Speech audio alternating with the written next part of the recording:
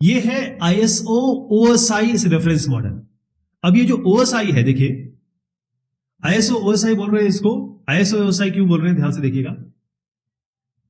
क्योंकि ये जो OSI मॉडल है ये आया था, ISO ने रिकमेंडेशन दी थी, यानी कि इंटरनेशनल स्टैंडर्ड ऑर्गेनाइजेशन, इसके बारे में बताऊंगा मैं भी आपको, ये स्टैंडर्ड्स बनाती है। तो इन्होंने कहा कि इतने सारे प्रोटोकॉल्स हो गए हैं, इतनी सारी चीजें हो गई हैं, इसको स्टैंडर्डाइज करने की जरूरत है ताकि हर आदमी को पता रहे कहां क्या हो रहा है, हर एक लेयर्स क्या करेंगे। तो OSI मॉडल यहां से उत्पन्न हुआ है, यहां से इसकी उत्पत्ति हुई है। 1983 की बात है ये। फिर 1995 में इसको रिवाइज किया गया। अब आप जानेंगे कि ISO OSI क्यों कहते हैं इसको। बेसिकली इसका नाम है ओपन सिस्टम इंटरकनेक्शन। क्या कहेंगे? Open system interconnection. ISO इसलिए आया है क्योंकि इसको प्रपोज किया था इंटरनेशनल स्टैंडर्ड ऑर्गेनाइजेशन ने।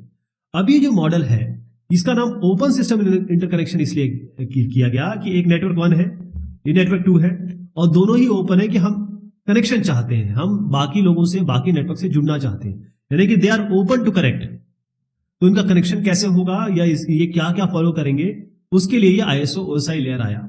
ISO OSI लेयर में मॉडल में 7 लेयर्स हैं, और ये 7 लेयर हैं, उनके क्या क्या काम है। देखिए, हर एक लेयर जो बनाई गई तो उसका कोई ना कोई काम होगा या काम होता है। सबसे ऊपर से चलते हैं। जब आप एक कंप्यूटर के सामने बैठेंगे और कोई सॉफ्टवेयर खोलेंगे, नेटवर्क सॉफ्टवेयर कह लीजिए, या फिर कोई नेटवर्किंग का काम करेंगे, तो आप एक एप्लीकेशन आपके सामने होगी। तो यूजर इंटरफेस ये एप्लीकेशन लेयर कहलाती है, जहां से आप इंटरेक्शन शुरू करेंगे। प्रेजेंटेशन लेयर का मतलब ये है कि अब डेटा जो भी आप इसमें हैंडल करना चाहते हैं वो दिखेगा कैसे। प्रेजेंट्स डेटा, यहां पर आप जो डेटा भेजेंगे तो आप चाहते हैं कि इसे इंक्रिप्शन डिक्रिप्शन हो, यानी कि कोई बीच में उसे पकड़ ना सके, सोर्स और डेस्टिनेशन को प्रॉपर डेटा मिले, वो प्रेजेंटेशन हो गया।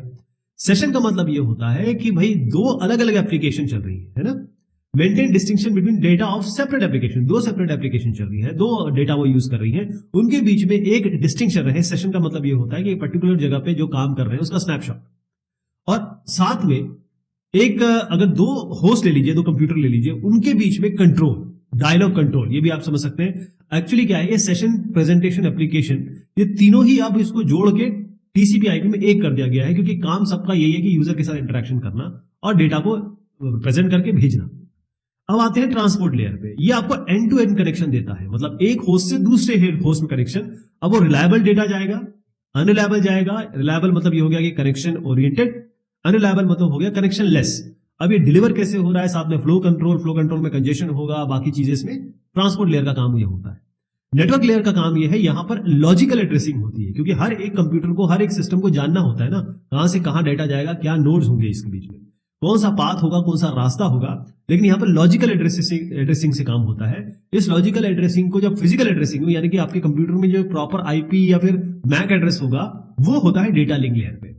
ये मीडिया एक्सेस, मैक एड्रेस जिसे कहते हैं, फिजिकल एड्रेसिंग जो लॉजिकल एड्रेस को कन्वर्ट करके की जाती है, वो डेटा लिंक लेयर पे होगा। और फिजिकल लेयर पे एक्चुअल डेटा ट्रांसफर होगा, जो बिट जानते हैं ना, 1001 जो ट्रांसफर हो रहा है, जैसे बिट स्ट्रीम जा रही है, बिट जा रहा है, ये यहां पर होगा।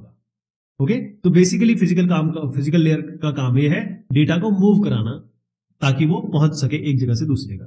तो यहां से डेटा शुरू होता है, यूं जाता है, हर एक लेयर कुछ ना कुछ इसमें ऐड करता है, और उसके बाद फाइनली ये फिजिकल लेयर यहां पर जो एक्चुअल मीडियम है उसके थ्रू जाता है और पहुंचता है। जैसे ट्रांसपोर्ट लेयर को ट्रांसपोर्ट लेयर से बात करनी है, इनके बीच में प्रोटोकॉल तय हो जाएंगे, और फिर ये डेटा यहां तक पहुंचेगा ताकि दोनों होस्ट, दोनों कंप्यूटर नेटवर्क पे बात कर सके। इस OSI रेफरेंस मॉडल में 7 लेयर है, और जो 7 लेयर बनाए उनका कुछ प्रिंसिपल था कि क्यों बना। आप बोलेंगे ना 7 क्यों है, 6 क्यों नहीं है, 5 क्यों नहीं है, 10 क्यों नहीं है। तो हर एक लेयर जो बनाया गया उसके पीछे कुछ कारण थे, प्रिंसिपल क्या थे। जो ISO OSI लेयर को बनाने के पीछे जो ऑर्गेनाइजेशन है उसके दिमाग में क्या रहा होगा, वो ये था कि हर एक लेयर बनाई जाए तब जब हमको एब्स्ट्रैक्शन की जरूरत है, अमूर्तता की जरूरत है, यानी थोड़ा और एग्जाम्प्लीफाई करना है, इस काम को और थोड़ा सा डिस्क्राइब करना है, तो नई लेयर बना दी गई। हर एक लेयर का काम बिल्कुल प्री डिफाइंड होना चाहिए, ऐसा नहीं हो कि ये काम, इसका काम और इसका काम आपस में मैच कर रहा हो। हर एक जो फंक्शन है हर एक लेयर का, वो जो भी स्टैंडर्डाइज प्रोटोकॉल है, उसके इंटरनेशनली स्टैंडर्ड प्रोटोकॉल है, उसके हिसाब से वो काम करे, अपने हिसाब से काम ना करे। और हर एक लेयर की बाउंड्री इस तरीके से बनाई गई ताकि जो इंफॉर्मेशन आ रहा है, जा रहा है, उसको कम से कम इंप्लीमेंटेशन डिटेल बाहर दी जा सके, मतलब खुला ना रखें और उसको मिनिमाइज किया जा सके, कम से कम किया जा सके। जो लेयर्स हैं वो इतनी होनी चाहिए जिसमें ऐसा ना हो कि एक लेयर तो बहुत बड़ी हो गई, उसमें बहुत सारे फंक्शन डाल दिए, बहुत सारे प्रोटोकॉल डाल दिए, एक बेचारी इतनी पतली सी हो गई। ऐसा नहीं होना चाहिए। मतलब लार्ज और स्मॉल इनफ इतनी कि सारे के सारे अलग अलग फंक्शन इसके ये लेयर कर सके। 3 बहुत इंपॉर्टेंट कॉन्सेप्ट है ओएसआई लेयर के। इसमें सर्विसेज आती हैं, इंटरफेसेस आते हैं और प्रोटोकॉल्स आते हैं। सर्विसेज का मतलब ये है वो फंक्शन जो एक लेयर अपने ऊपर वाले लेयर को देगी, यानी कि इसमें जो जो फंक्शन वो इसके लिए करेगी, सर्विसेज ये होते हैं। इंटरफेस का मतलब होता है 2 लेयर के बीच में जो जगह है या इसके बीच यहां पर जो फंक्शंस वगैरह दिए गए हैं। कहने का मतलब यहां पर आप कोई अगर चेंज करना है इस लेयर को, तो आप प्रोटोकॉल वगैरह चेंज करना है तो उसको प्रोटोकॉल को यहां चेंज कर दीजिए, तो आपको लेयर के बारे में ध्यान देने की जरूरत नहीं होगी, इंटरफेस को चेंज करिए बस।